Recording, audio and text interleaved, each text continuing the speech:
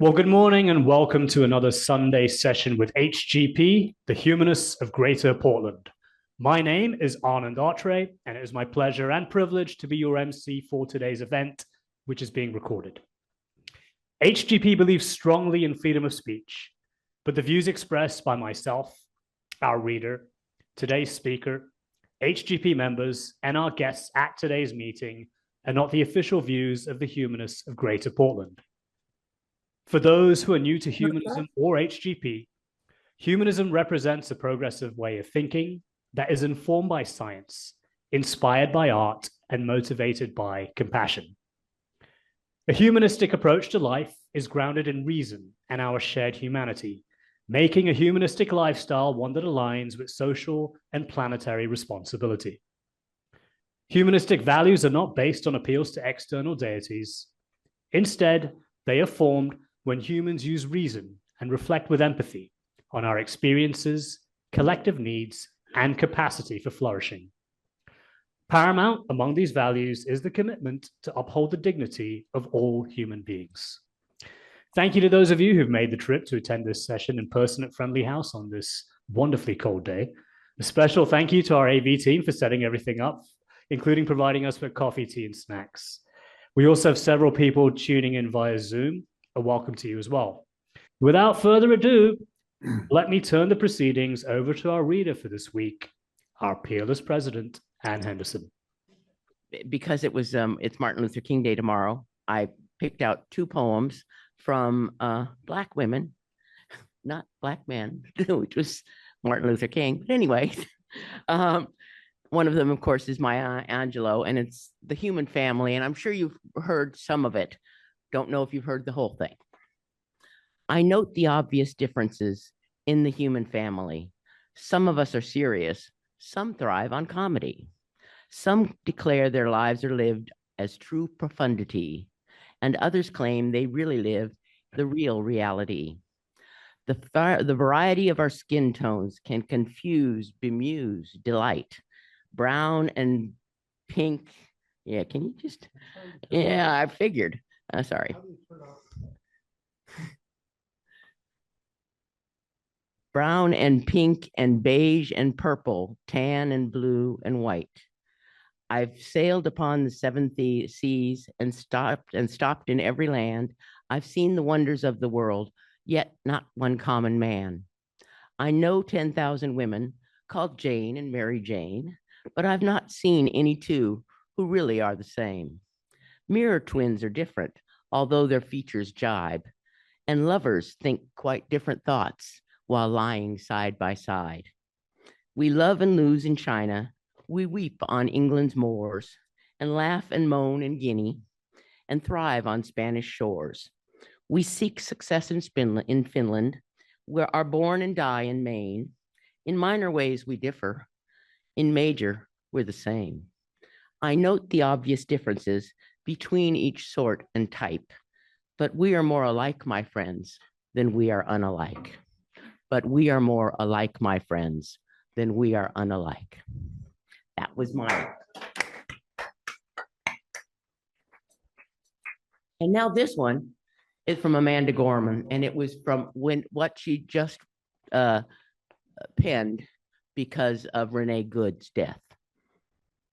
For Renee Nicole Good, killed by ice on January 7th, 2026, by Amanda Gorman.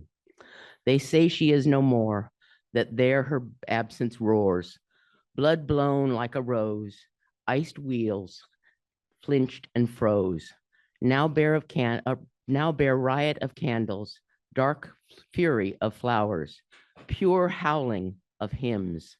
If for us she arose, somewhere in the pitch deep of our grief crouches our power, the howl where we begin, straining upon the edge of the crooked crater of the worst of what we've been. Change is only possible and all the greater when the labor and bitter anger of our neighbors is moved by the love and better angels of our nature. What they call death and void, we know is breath and voice. In the end, gorgeously endures our enormity. You could believe departed to be the dawn when the blank light has so long stood, but our bright fled angels will never be fully gone when they forever are so fiercely good.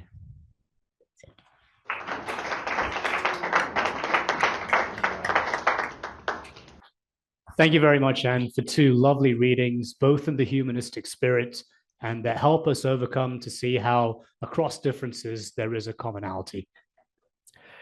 It is now my pleasure to introduce today's speaker. He was born and raised in a very religious Hindu family in India. He came to the United States for his graduate studies, completing them at the University of California, Berkeley.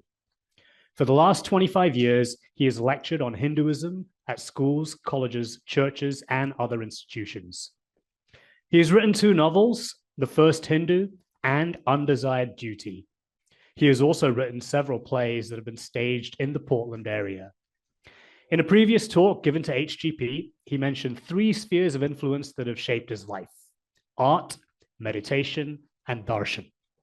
His presentation today explores Hinduism's humanistic foundations and how its teachings have guided his personal search for truth. Please join me in giving a warm HGP welcome to Harsh Arora. Good morning, friends.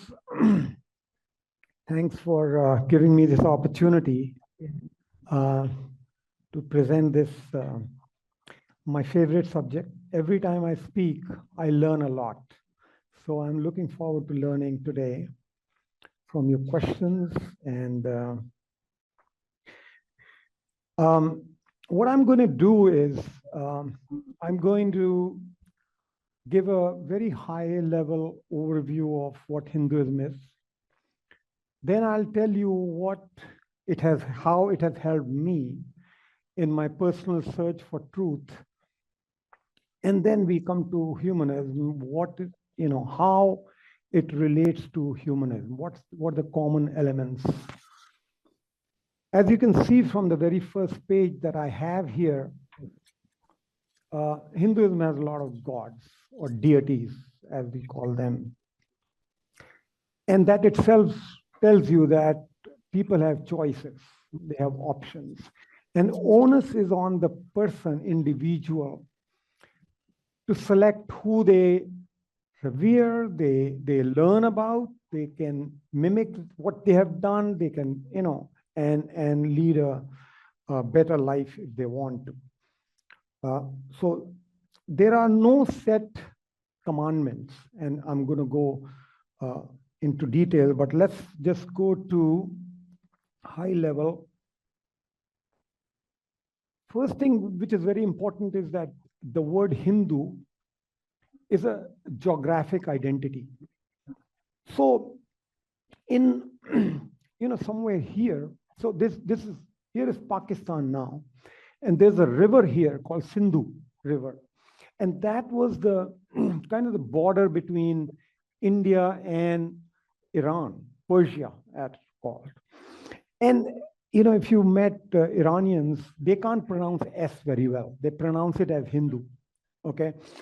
And they had if you know a little bit about their religion was Zoroastrian, and they were more monotheistic. And on the west end of the Sindhu River, or Hindu River, as they called it, and east side were the Indians or Hindus. And they had different rituals, different gods and all. They didn't know what to call them. So they started calling them Hindus. So this of Sindhu River, they call them Hindus. So it's basically, they started as a geographic identity. And it was, of all the religious books around the world, the only religious book that uses the word Hindu is Avesta, which is a Zoroastrian book, okay? None of the Hindu books use a word Hindu, okay? So it's given by others, and we've adopted, we've gone along with that. Okay, that's one thing. The second thing to know is, this is from visualcapitalist.com, and this is the economic history of the world. You see, 2000 years ago here, India formed 40% of the GDP of the world, okay? And obviously you can see how it has shrunk over time, okay? This is where the Muslim invasion started, okay? And as that happened, it started shrinking, and real shrinking comes when the British took over India. So the point here is there was a time 2000 years ago, it was all 100% Hindus lived in India. And they knew how to generate money, and GDP was very high. People lived very well, and education standard was very high and much higher than in 1947 when India got independence from British. Okay. Now, another thing to see, this is from the Pew Research, that in the US, if you were to take income, income per family, Hindus come second after Jews overall. This is so Hindus, given the right environment, which is in the US, Hindus have done very well. Okay.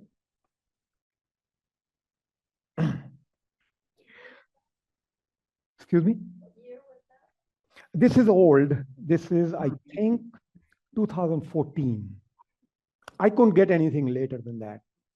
Maybe you'll find it, and you'll know that there are a lot of Hindus that are CEOs of very large companies, including Microsoft and Google, and then many others have had or are, okay, or Hindus. Now, as a very high level, the way I see it is, Hinduism is like an umbrella organization, okay? And within that umbrella are several, we call them sampradayas. It's kind of like a sect, okay? You can call, like Vaishnavas or Shakts or even monotheists. You could be a monotheist and still be a Hindu. Okay, there is there's one of the, and I'm going to talk about that later, a philosophical background of Charvaks. Okay, you know the book Kama Sutra? Kama Sutra, everybody knows Kama Sutra, right? Kama Sutra was written by a guy called Vatsayan, who was a monotheist, who was a Charvak, and still it's considered a Hindu book. Okay. So each of these, like Shaks, Shaivites, they each could be considered a religion. Because the way I see religion, the difference between religion and dharma, we'll talk about that. We don't call it religion. Religion is not used in India, but religion, as I see, is a terminology that brings people together into one form of belief or one type of rituals. So each could be quasi-religion. Hinduism is not under religion. And we call it, we use the word dharma. And dharma is also used by the Buddhists. And I'll go into more detail as we go what dharma is for us, okay? This is how there are different ways that Hindus reach the divinity, I would say. We don't have the concept of God per se, but the divinity, fire worship, and that's the kind of house I was brought up in. My mother was a big believer in idol worship, and this is how she would sit in front of idols and pray. My father was more into fire worship. I, being the eldest son, I had to do both. And that's what confused me a little bit. And I've talked about it before, that's what led me to say, well, what is really true? And that's been my life journey. And I have studied religion like I studied engineering, okay? I stopped believing in belief when I was in high school, okay? So in my way, is I either know or I don't. I'm willing to say I don't know. But belief is not in my terminology. I don't use that word.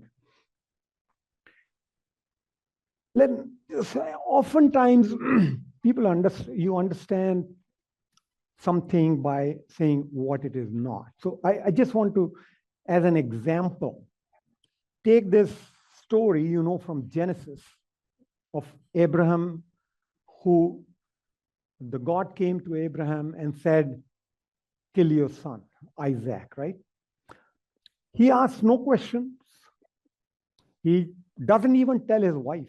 He takes Isaac up to the mountain and gets ready to kill him, and at the end, obviously God came to rescue his son and all that. One of the most very important book in Hinduism is Bhagavad Gita. And Bhagavad Gita, the context is there's a battle. It's a beginning of a battle between two cousins, okay? One side of the battle is Arjuna, a warrior, a hero, on a chariot. And his charioteer is Krishna, who's supposed to be the god, okay? Now the warrior, just before the battle were to start, he says, oh, I don't want to fight. He gives up his weapons. I don't want to fight. And God says, no, you got to fight. And he says, no. And the conversation, it's all symbolic, right? The conversation between them goes on for 2 hours. So in other words, God is giving him reasons to fight, and he's giving back reasons not to fight. So see the difference between Abraham and Isaac. So Hindu religion, at least in Bhagavad Gita, allows us to question God, what God's command is, okay? Then we also have another epic called Ramayana, okay, where Ram is the hero, okay? It's also made God, He's at the beginning of he was actually a king's son, okay? And he was going to be coronated as a king, okay? And a couple of days before, his father says, no, you're not going to be the king. Go and live in the forest for 14 years. He asks no questions. He just packs up his bags and go to the jungle. So just see the difference between the father's command is more important than the God's command. So you could argue with God, but not with your father. I mean, that's the message that these two very big epics, very important epics give to us. This lower part here, I take it from Truth and Religion. The distinction, this overall, the monotheistic religions on the left, they are objective truths, like the command. Commandment is given, it's an objective truth, okay? The Hindu seeker way is more like a taste, okay? Now you have different foods, right? And something tastes good to you. So you pick that, okay? And you live your life with that, okay? You do not, everybody doesn't have to like steak and live on steak forever, right? You pick up what you like. And so that's the distinction I make overall between monotheistic religions, which have objective truth, to tasteful truth in the Hindu way of doing things.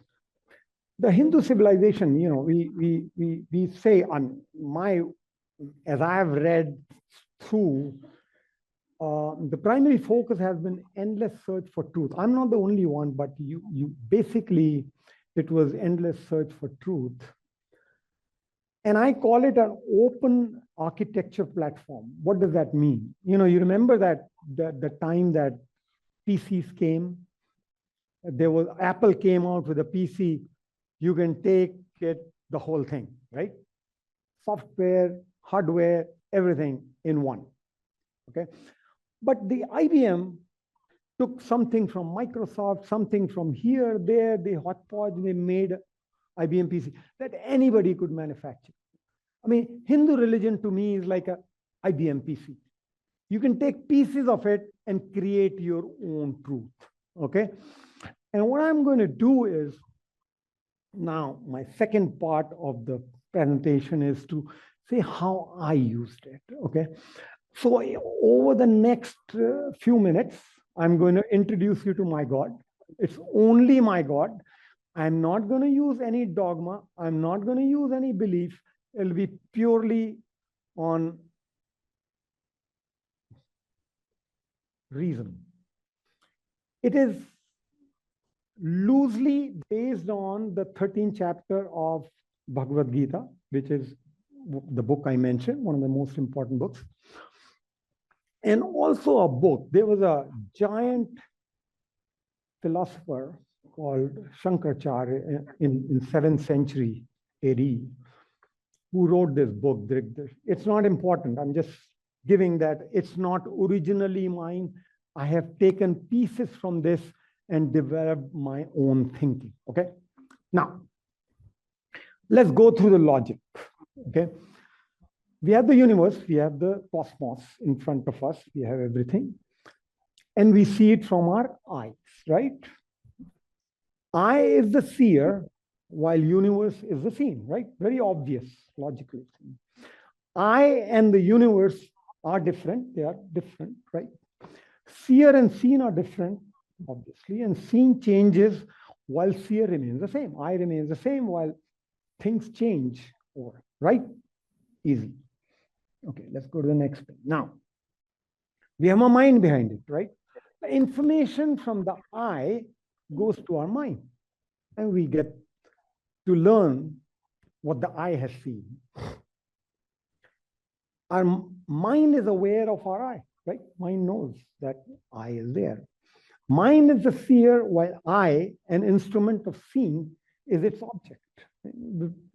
I hope it's seer and its object are different. What the mind perceived changes while the mind remains the same. Okay? Eye perceives differences and all that, right? Okay. Now let's go to the next step. We have consciousness. Now, consciousness, we have a mind, we have, all this stuff going on, but I say, oh, I know what it is, right? So that I is that consciousness. It's, we all have consciousness. Consciousness is aware of the contents of the mind. It's changing emotions and thoughts. When I'm depressed, I say, oh, I'm depressed because my mind is depressed. Our mind now becomes the scene, and consciousness somehow never, we can't see that consciousness. I'm going to go very much detail in this consciousness business, okay, which is heart of Hindu tenets. Okay, now, having said all that, set the stage, let's see the overall picture between consciousness and the universe. Without consciousness, we cannot sense or perceive the universe, okay? Consciousness creates the universe for us. Consciousness witnesses all we see and experience all the time. What we see and experience changes while consciousness remains the same. Consciousness doesn't change, we always. And the last one is consciousness is like the light. And this is something that I'm going to go further. Just hold on for this. I'm going to give examples of this. So we have this. And on the next page, all I do is replace the word consciousness with the word God. See what happens. So Without God, we cannot sense or perceive. That's what a religious person will think, right? Without God, we can't sense or perceive the universe. God creates the universe for us. God witnesses all we see and experience, and sometimes, rewards us or punishes us. What we see and experience changes while God remains the same.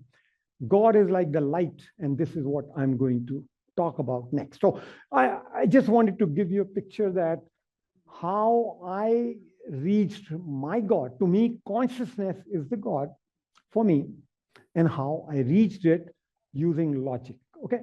Now, having said all this, now I'm going to go a little bit deeper into consciousness, because that's very heart of Hinduism. Okay. Overall, there are 4 prevailing views, and none of these have been scientifically proven. But over the last 10 years, there have been so much research going on in the scientific field. Neuroscientists as well as philosophy departments have been talking about consciousness. In India, consciousness has been discussed for thousands of years. Okay, and like the Eskimos have a lot of words for snow, and we have only one word. In India, there are several words for consciousness: Chetan, Chetana, Atma, Turya. There are a lot of words for it for different situations. Okay, but overall in the world, there are 4 prevailing views now. Neuroscientists. So if you ask a neuroscientist, he'll say, well, we have these neurons in the brain, and they interact and they give rise to consciousness. They haven't proven it, but they say it gives rise to it. Okay. Then we have Descartes' body-mind duality thing.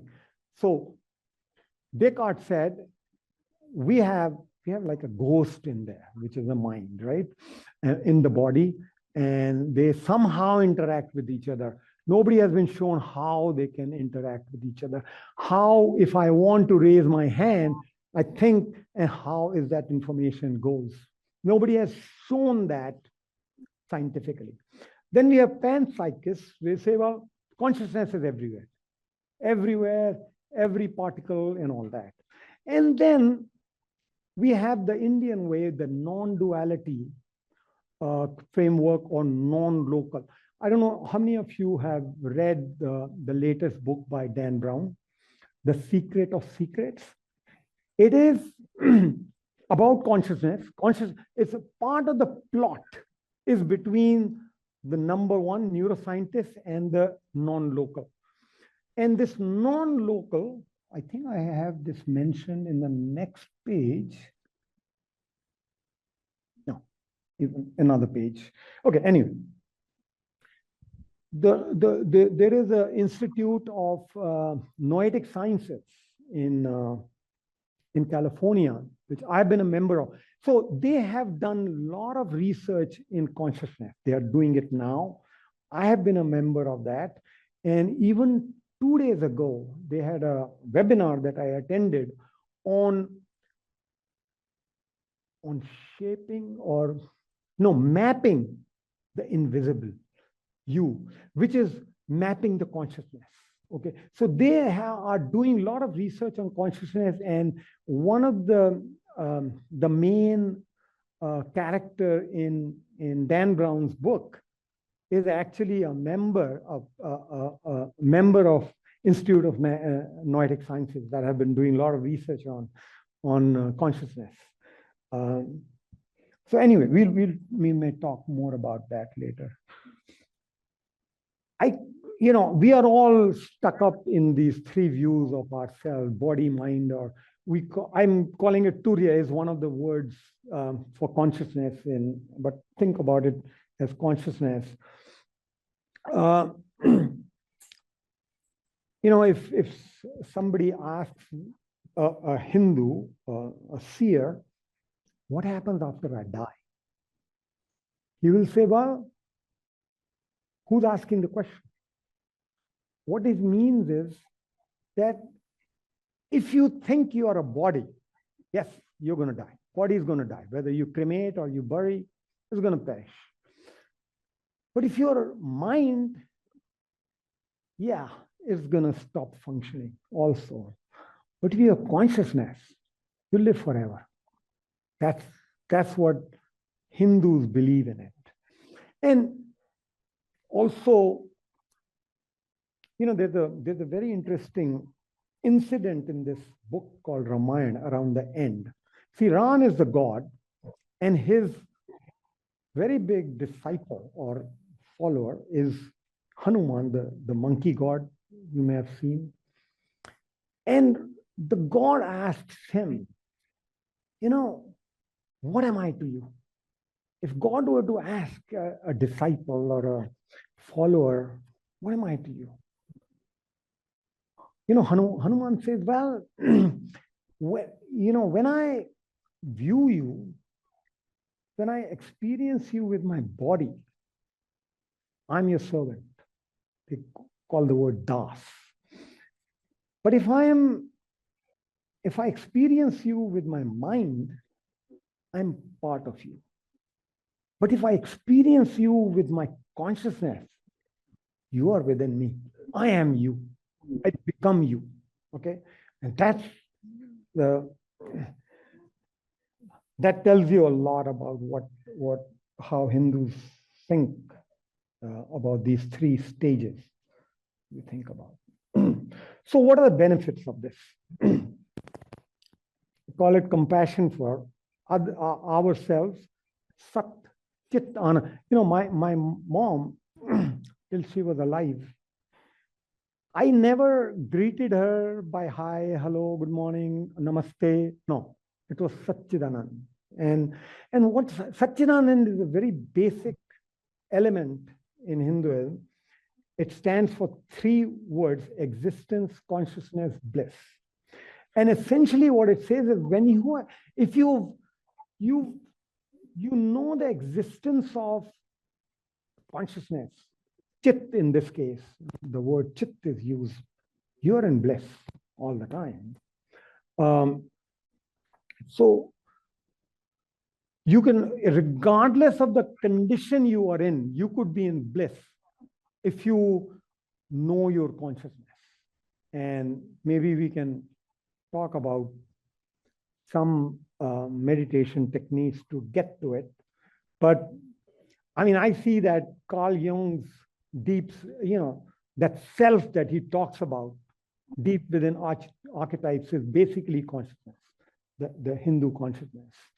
And I have talked about Institute of Noetic Sciences that have been doing a lot of research on consciousness.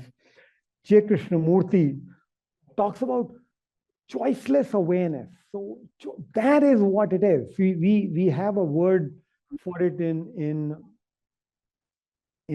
Sanskrit called sakshi. Sakshi means witness. You live your life. You be the witness of yourself. You're always watching what you're doing. You are not your mind. You are not your body. You are that witness within yourself. And very interestingly, this Ivan Antic, I read one of his books, The Physics of Consciousness. He's written 11 books. He's a Serbian guy, never went to India. I don't know, maybe he went to India. I'm not sure. But he's written 11 books on existence, consciousness, bliss. Okay?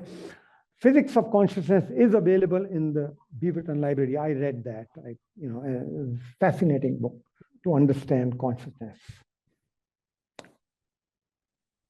So that's about compassion for ourselves, that we all, how can we be in bliss all the time? Then compassion for others. Thou art that, Tattvamasi. So in this case, I'm using the word subjectivity. When we realize that everyone's essential self, subjectivity is a reflection of the Brahman. So our subjectivity we call Atman, and subjectivity of the universe we call Brahman. And if it's a reflection, if each subjectivity is a reflection of the universal subjectivity, everybody is about the same. Everybody has the same thing. So we can treat everybody the right way. Schopenhauer, one of my favorite philosophers, was the first major Western philosopher who read Upanishads, the basic Hindu philosophy books. And incidentally, trivia is that he had a poodle, and the name of the poodle was Atman, okay, which is consciousness in Sanskrit.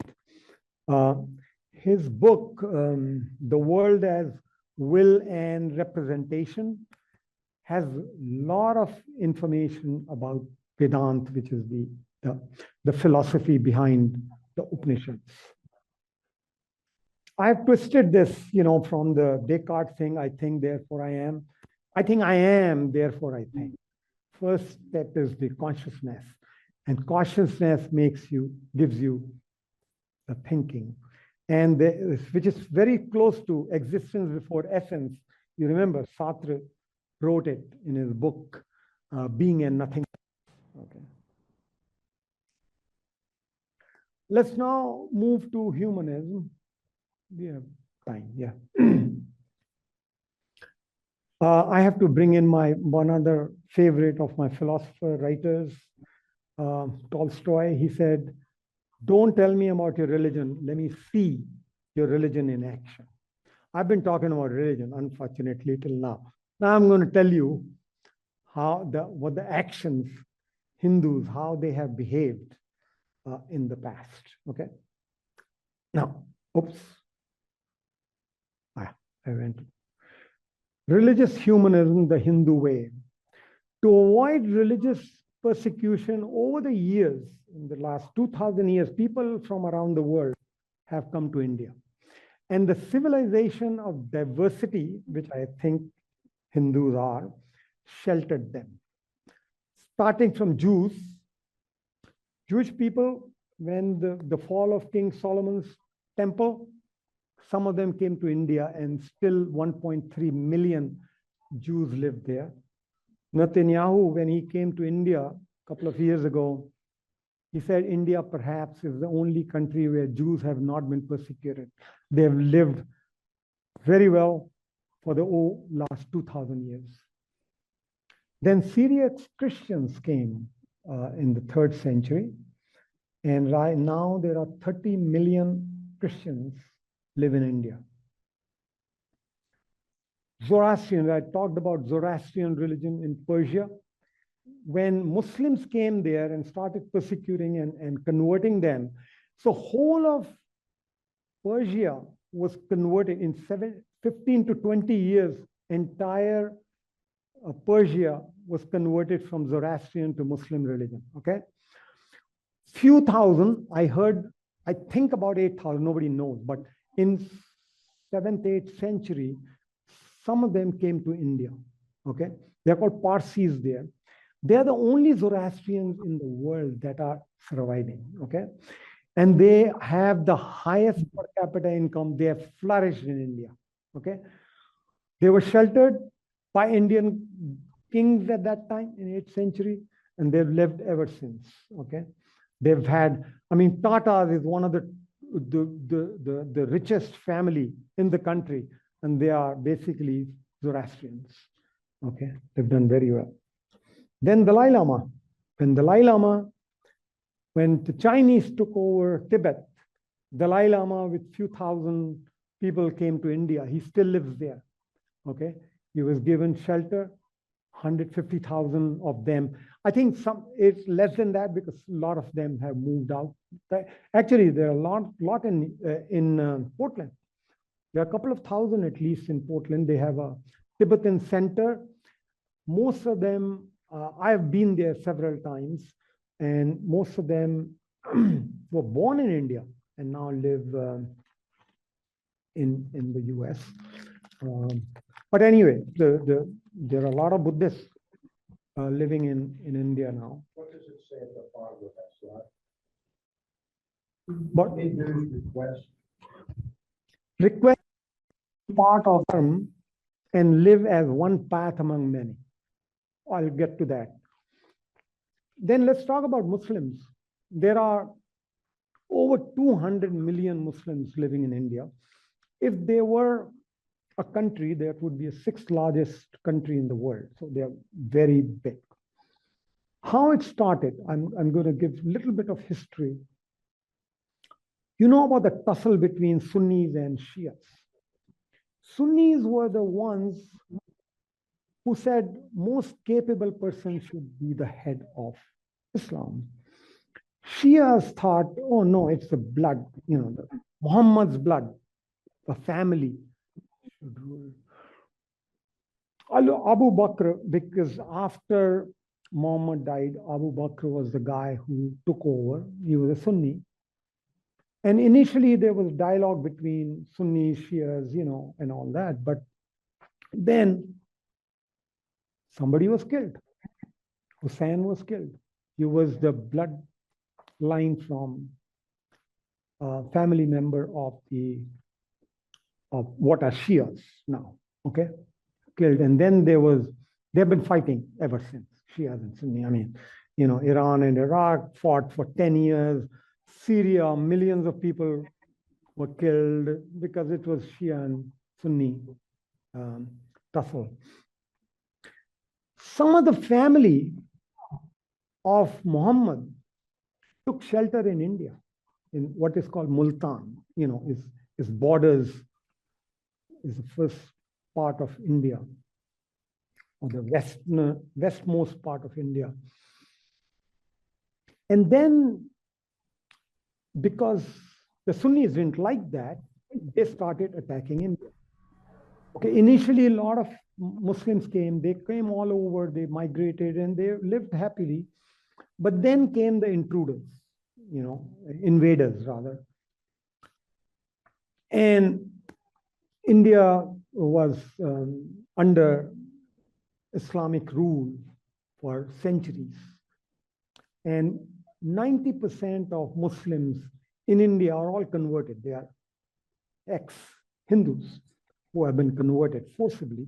There were two ways of doing it. What the jizya law they have is that the non-Muslims have to pay higher taxes. But why is it, I've thought about why is it that Iran was converted within 15, 20 years? Why did India? Still, Hindus are still there, millions, quite a bit. And first of all, Indians or Hindus were very rich. They could afford higher taxes. They said, well, I'm not going to convert, I'm going to pay higher taxes. But the poor ones, no money, they converted. So even now, the average income of a Muslim in India is much, much lower than Hindus or any other. I mean, actually, Hindus are not the richest. The richest are the Parsis, the Zoroastrians, are clearly the richest. Then the Jain religion, you may have heard of Jain religion. Jainis are the second highest. I mean, they are very rich. Then I think comes Hindu, and then Sikhs and Buddhists and all that are others. But Muslims are the lowest rung, and because most of the poor people, and even today, I went to high school. It's a government high school, not a very, where, not very rich people went. And it was 1 mile away from largest concentration of Muslims in Delhi. I didn't have any Muslim in my class. So I don't know where they went to school or the education. So, I mean, in one way, if you see the education standard correlates with the money they make, right? Parsis or the Zoroastrians are richest and they are very educated. And Muslims are not educated and they are on the lowest rung, wise. So anyway, but they have grown. I mean, at the time of independence, India got independence in 1947. There were 10% Muslims at that time and 85% Hindus in India.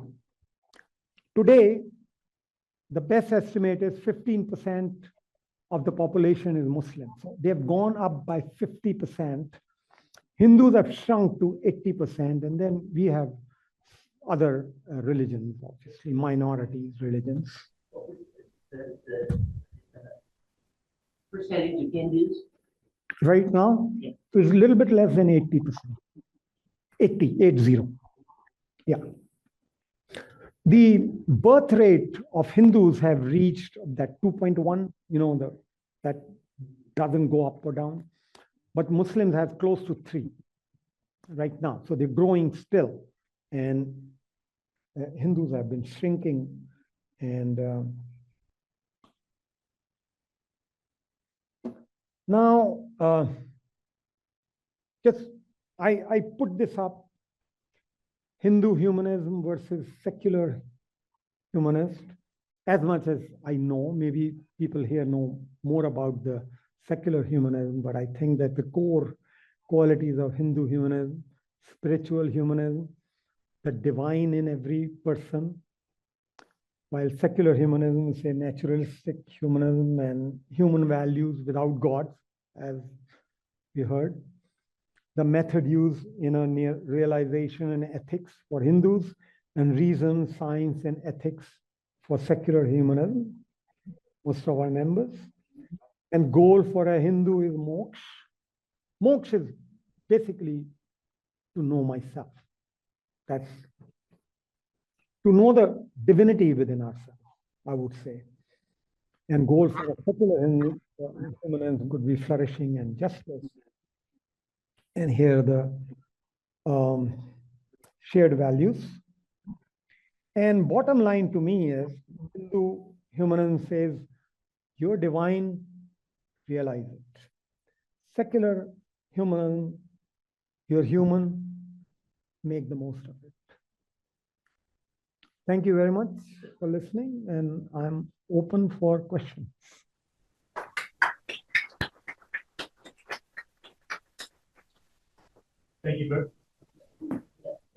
Thank you very much, Harsh, for sharing with us the pluralism within the Hindu faith. It was such an interdisciplinary presentation. You had elements of history in there, philosophy of the mind, existentialism, and even literature. What I found particularly edifying was how you described the dialectic between Krishna and Arjuna in Bhagavad Gita.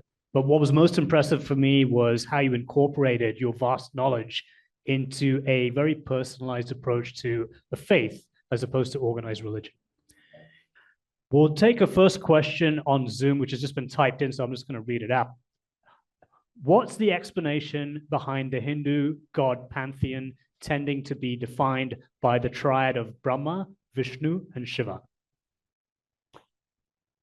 Yeah. Those, to me, are the principles. Principles around how we should live, and how we tackle with things. So supposing I'm working on a project, okay, and I want to, there's a thing I have and I want to improve it. What am I going to do? I'm going to say, well, whatever is working, I'm going to keep. Whatever is not working, I'm going to kill it. And I'm going to find something new to replace what is there. Those are the 3 principles that Hinduism says: Brahma, Vishnu, and Mahesh or Shiv. Creative principle, sustaining principle, and killing principle, whatever, okay. So these are the 3 things. Now, I want to also say, go a little bit deeper into it. Hinduism has unlike other religions, like, if you say Christianity, you have about, if you take even Old Testament, there are 15, 16 books. Muslim have Hadith and Koran, couple of books. Hinduism has a library of huge books, okay? But we divide it, I at least divide it into 2 parts. And I'm going to answer this question more deeply there. We have first set of books called Shruti books. And Shruti, the word means heard. So these seers used to sit down in meditative forms and whatever they heard, they composed them. Okay, and the Vedas that we have, which are probably the oldest religious books in the world, are all heard, Shrutis. Okay, and to me, that's the religion, and that ended with Bhagavad Gita. But there are a lot of books that are written after that, like Purans and even some of the epics. They are called Smriti books. And Smriti means from memory. So people have, that is composed by the people. So the Brahma, Vishnu, and Mahesh or Shiv come into the latter part. Okay. To me, those are more cultural. It's not religious, it's cultural. So if a person goes to the temple and the priest says, oh, put flowers here, put something here, and he follows, that's cultural. It's not really religious. There's nothing come out of it, at least the way I see it. So Brahma, Vishnu, and Mahesh are more of cultural stuff, and that gives us a way to behave, to deal with issues. How do I improve myself? Those three principles. I hope that answers the question. Thank you very much. Let's take our first question at the Friendly House. Yes, I have been under the impression that Hinduism, like Judaism, is something you are born into, whereas Christianity or Islam or Buddhism is something you can confess, so that anyone could become such a thing. Right. But I'm not entirely clear from your presentation if you agree that Hinduism is something you are born into versus something that you could choose. But, you know, the traditional Hindus do think that you have to be born. In fact, a lot of people, once they move out, they change the religion and they want to come back, they say, no, you're gone now. You're out, okay? So you have to be born as a Hindu to remain a Hindu. That's true. But lately, people are changing. And they're saying, well, we have 200 million people, or, Muslims, a lot of them are actually converted. And they do want to come back. One of the things that's happening is that they learn as people, with media and books available and all that, people are learning about their religion. And if they like another religion, they want to convert. And they are converting, and people are, even Hindu institutions are converting them. Sometime back, they didn't.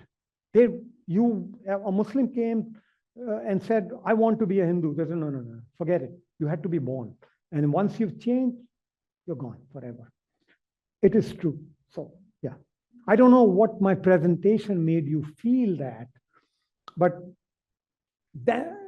it's changing, but it's been, the tradition is that, yeah, you have to be born as a Hindu. Yeah, sure. Thank you. Let's take our second question on Zoom, and it comes from Gail. Go ahead, Gail. Hello. Yeah, I was surprised to learn that there are over 1 million Jewish people in India. I've been there for, it looks like, a long time. What is the status of the current Jews in India, and how do they relate to the Hindu community and so forth? Oh, they are living very well. They've done well. In fact, there's a very interesting movie. What's the name of the movie? Shalom Bollywood. Shalom Bollywood. You should see that I think it's on Netflix. The fact that, when the movie started in India, okay, in the early part of 20th century, Hindus and Muslim women were not allowed to act. most of the actresses were Jewish. Okay, during the beginning of the movie era in India, and there's still a lot of Jews in the movie industry. Okay, but overall, I think they are doing very well. Lately, I've heard that some of them are moving back to Israel, as Israel is taking them. They are very well educated. They are economically doing well. They are in the movie industry. That's the impression. I mean, that's what I know. That I've known so many actors, actresses who are Jewish, in India. Thank you. Let's take our second question at the friendly house. Question number 2. Just a simple one, and maybe you said this when I was outside. Anand and Anand, you mentioned bliss. Yeah. Is bliss Anand? Yes. Yes, it is. Now we know. Yeah. Now we know. He's a step ahead. See, in India, most of the names have meaning. He's 2 steps ahead of me. My name, Harsh, means just happiness. But he's bliss. He's bliss. He's way ahead of me. And here I thought my hair was my only asset. Anyway, let's move on to the next question. We'll take our third question on Zoom. I'm going to read it out. It's from Al Christians. Why does your religion stop short of the unconscious mind, which might be of greater importance than the conscious mind? Yeah, good question. Why doesn't it? I don't know. But unconscious is, see, so when are we unconscious? Okay, totally. We are in 2 times. One is in deep sleep. When we are in deep sleep, we have no idea, because we say in India, there are 4 stages that we live in. Waking stage, dreaming stage, and deep sleep,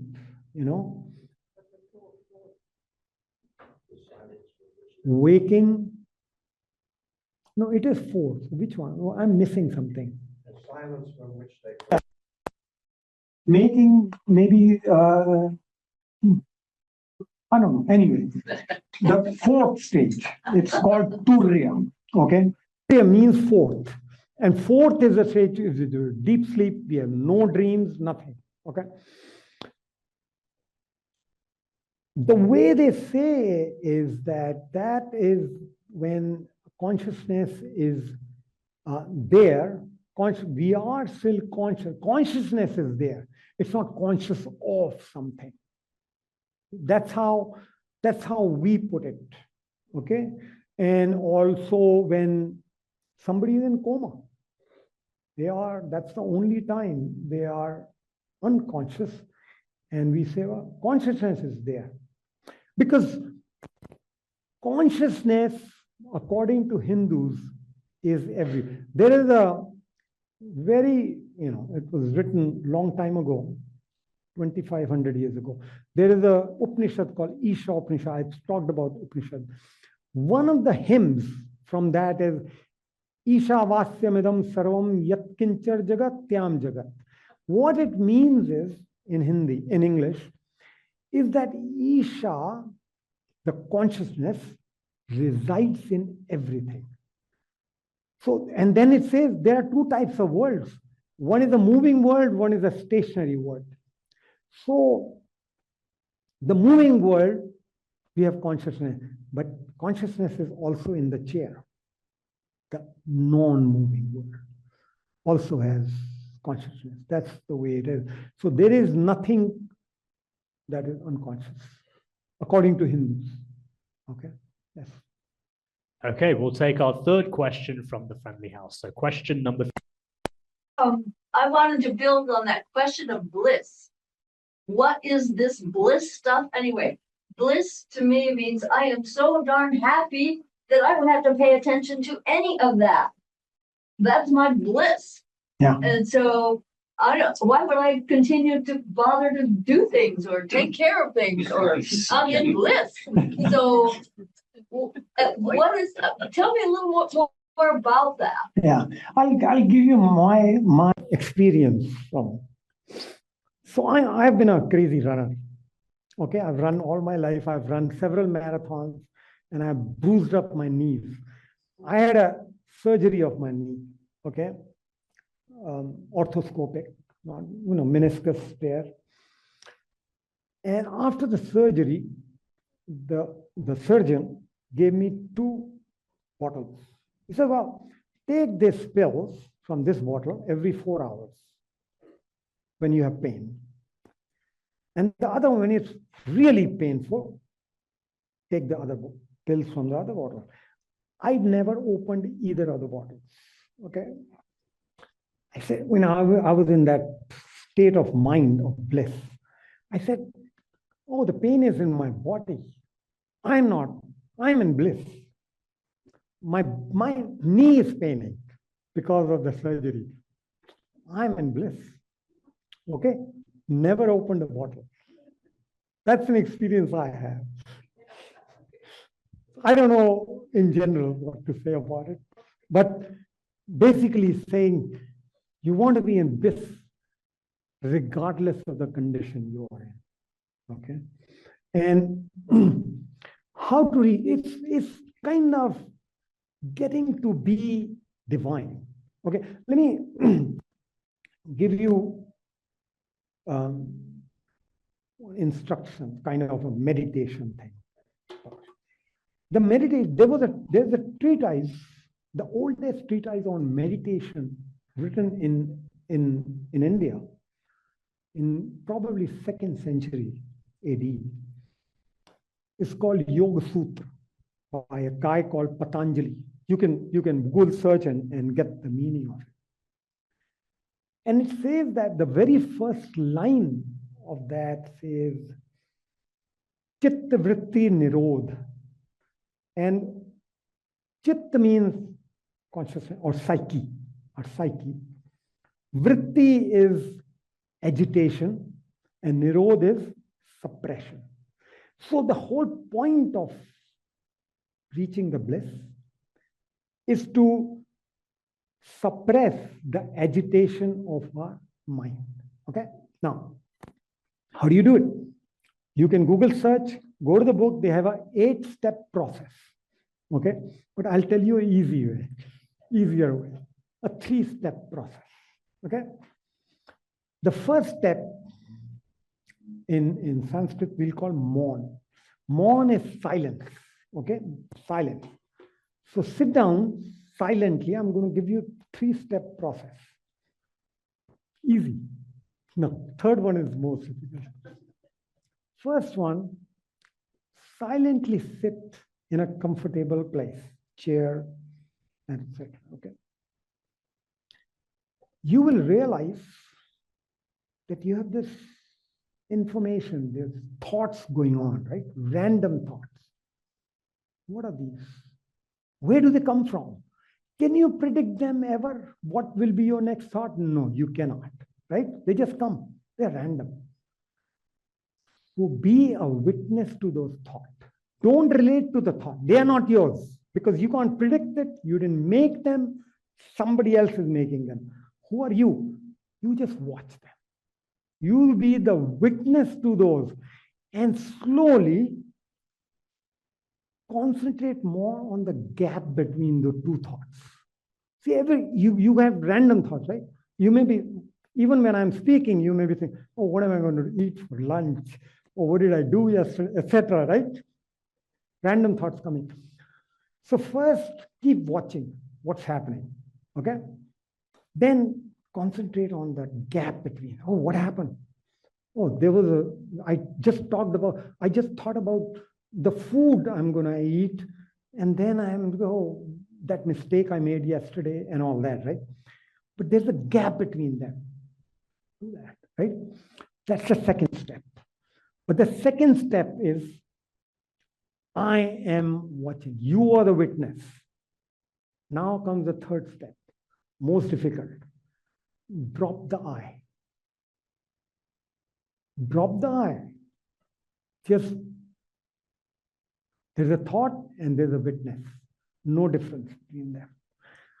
You're in bliss then. It's like, you're going on a hike, right? So I remember, I went on Mount St. Helens on the top. Some other people may have gone. So you go on the top. It's very difficult, right? Treacherous, right? But you go at the top of the volcano and you say, wow. Okay? You don't say, I am watching, I am liking. There's a watching and period. That's bliss. How can we get to that bliss all the time? That's what they talk about, Satchidanand. That's the bliss. Can we get to that? Not easy. It's difficult. Sitting on a chair is very difficult. Yeah, going to Mount St. Helens is easy. Excellent. Let's take our fourth question from the friendly house. Go ahead. Number 4. So Harsh, you've read very widely over your life, and I'm a little hard of hearing. I said you've read very widely over your life. Thank you. And usually we don't grow unless we change. So I'm curious, of so many books, not what are your favorite, which 2, 3 if 2 is too hard, have made you change your view the most? What's the last question? Which books have made you change your view the most? Oh, the view. Okay. Before reading to after. I've had,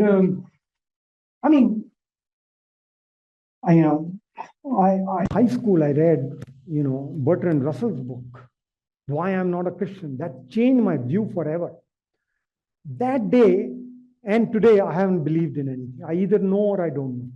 So that changed. It's not a religious book. It's actually an irreligious book, right? But then, in my case, J. Krishnamurti was very important.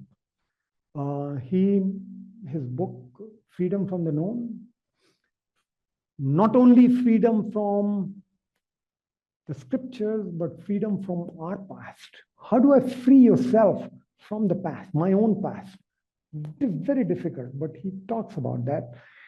And not many people like it, but Rajneesh played a very, very important part in my development personally.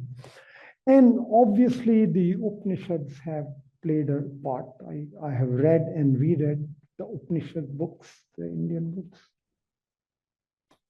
Does that answer the question? In my case. There's only one right answer. Okay. Are there any other questions from the friendly house? Go ahead, Mike. How does India's caste system play into the Hindu religions? Yeah, that question was to come. Yeah, I knew that. World over, there is a hierarchy in the social structure, right? Caste is a social structure hierarchy. Ironically, India is the only country. They don't say it's social, it says religious. Okay? Because, Hindus have a caste. So since the question has been asked, I'll give you a little bit of history. Okay? We talked about the oldest religious book in the world, and of course for Hindus, is called Rig Veda. Okay?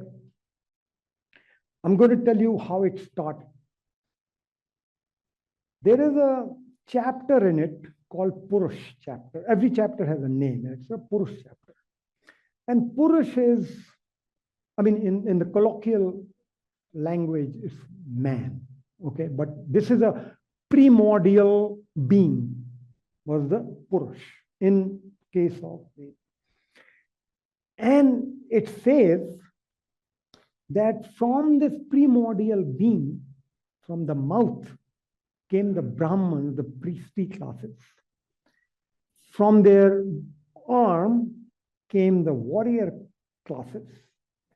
Okay, from their thighs came the Vaishya or the business, classes. And from their feet came the last class, the Shudra class. Okay. It does not say that there is a hierarchy, that one is better than the other. Okay. And it doesn't say that it's based on birth. Okay? But with time, things change. Because, olden days, a boy did what the father did, right? They took the same skills and followed that. And so it became part of, oh, you're born in a sweeper class, so you remain a sweeper, okay? And etc., vice versa. So it's changed, but it's more of a social. The religion doesn't say that. Religion doesn't say there's a hierarchy. The religion doesn't say that it's based on birth. But socially, it's become. Yeah, but it is true. Socially, there is a hierarchy now. And ironically, sometimes you can know from the last name which caste somebody comes from. A lot of people are changing their last name to hide that. And that's great. I wish I could, I did that also. Yeah. Let's take our next question at the Friendly House. Question number 5. Yes.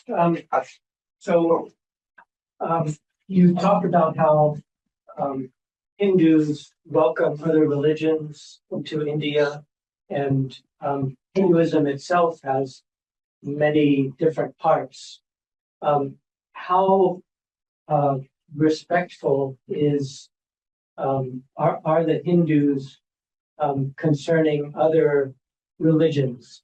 For example, I think of the U.S. as having a separation between church and state, but in some places, the religion can be very dominant. For example, I'm a member of a nonprofit organization that has a high proportion of Christians, and they use a lot of Christian prayer in opening the meetings and all that. How dominant is Hinduism on the minorities within India? Not at all. I don't think so. You will think Hindus are stupid when I tell you a couple of things, okay? In India, maybe the only country where the predominant religion doesn't manage their own temples, but the minority do. Okay?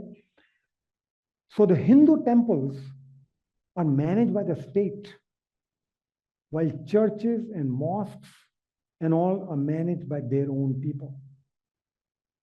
And I think Hindus are stupid for doing that. Okay? A Hindu-run education institution has to keep some block of students or for minorities. But a Christian-run college, school, or Muslim-run, no. They can have 100% Muslims, 100% Christian. That's the law. How stupid Hindus are. No. Let's take question number 6 from the Friendly House. Go ahead. My understanding is that in the part of the world where Hinduism has existed, it is as certain that there will be reincarnation as it is certain the sun will rise and set. Why do you think that is? Are you the question about reincarnation as a concept? Yeah. Well, I haven't died yet, so I can't answer if there is a reincarnation. No, but I'm going to answer that from the guy Schrodinger. You remember Schrodinger, who got Nobel Prize for that Schrodinger equations for the quantum waveforms, right?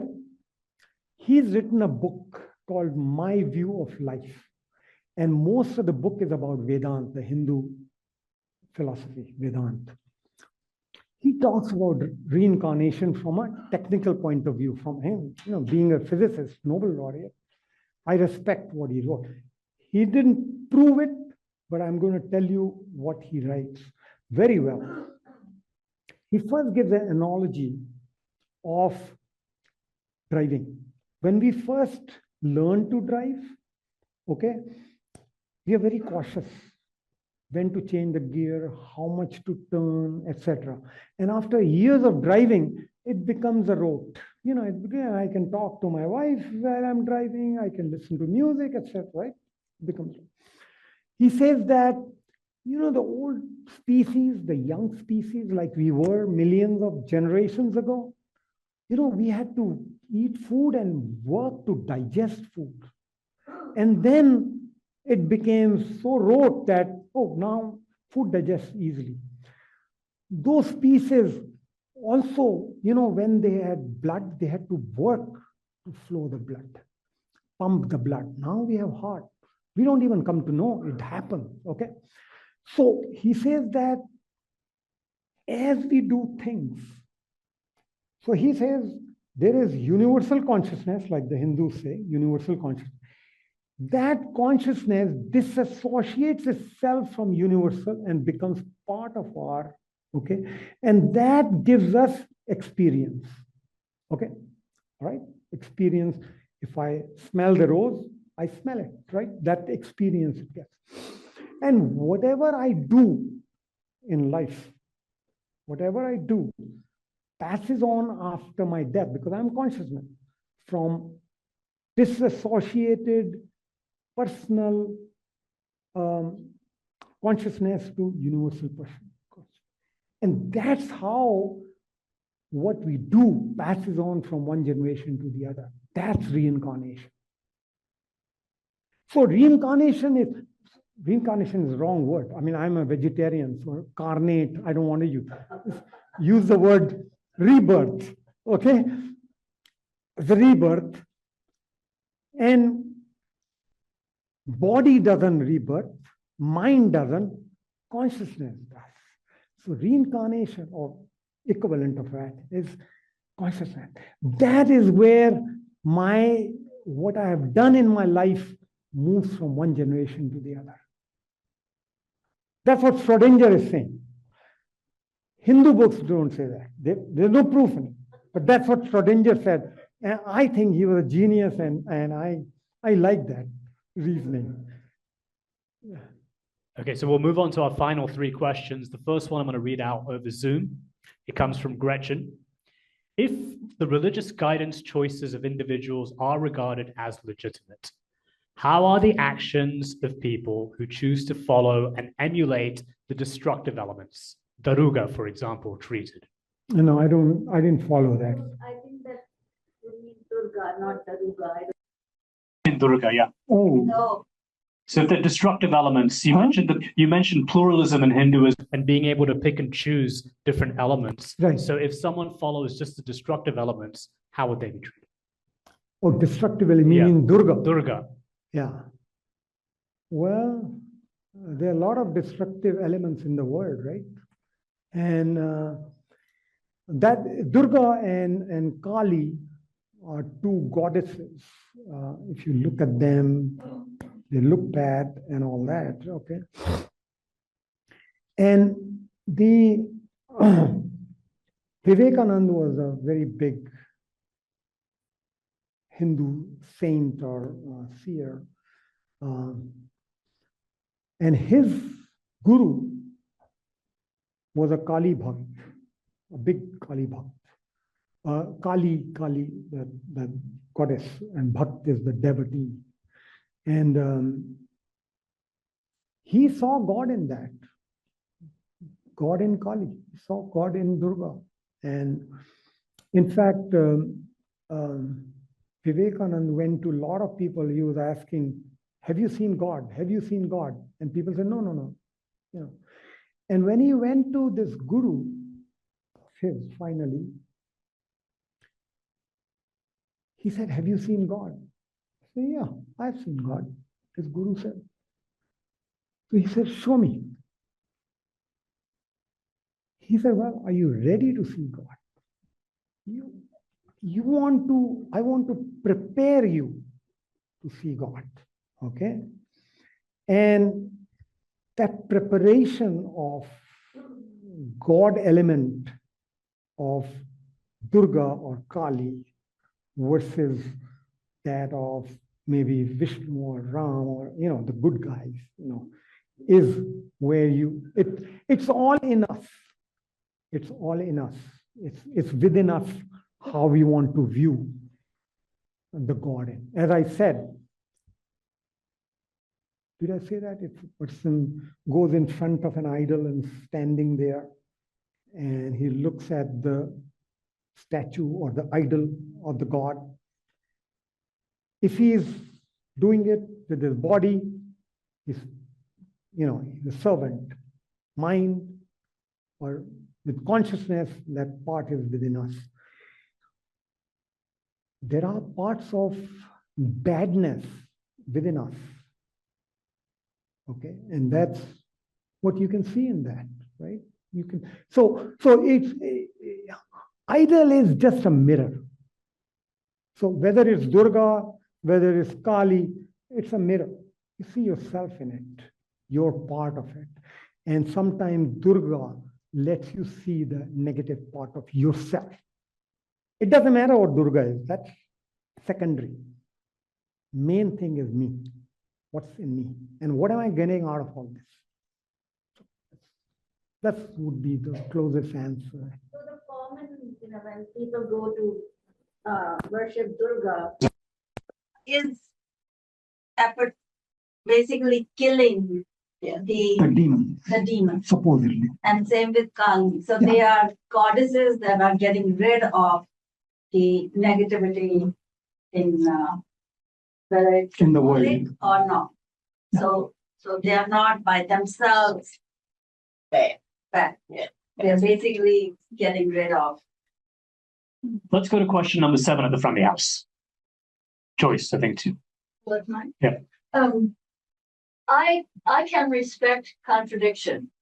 Contradiction is everywhere, I guess. But how did Hindus resolve the contradiction that we are a welcoming religion, we welcome converts, but we will not welcome someone who has left the religion and wants to come back, or left the philosophy and wants to come back?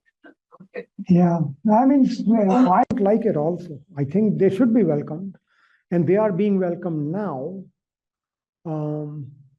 The creator of Pakistan, okay, his grandfather was actually Hindu, okay, and he became Muslim because he was a fisherman, and he's catching fish, and he was getting because most of the Hindus are vegetarians, and they didn't like a Hindu doing this fish, in business, so he converted to Muslim.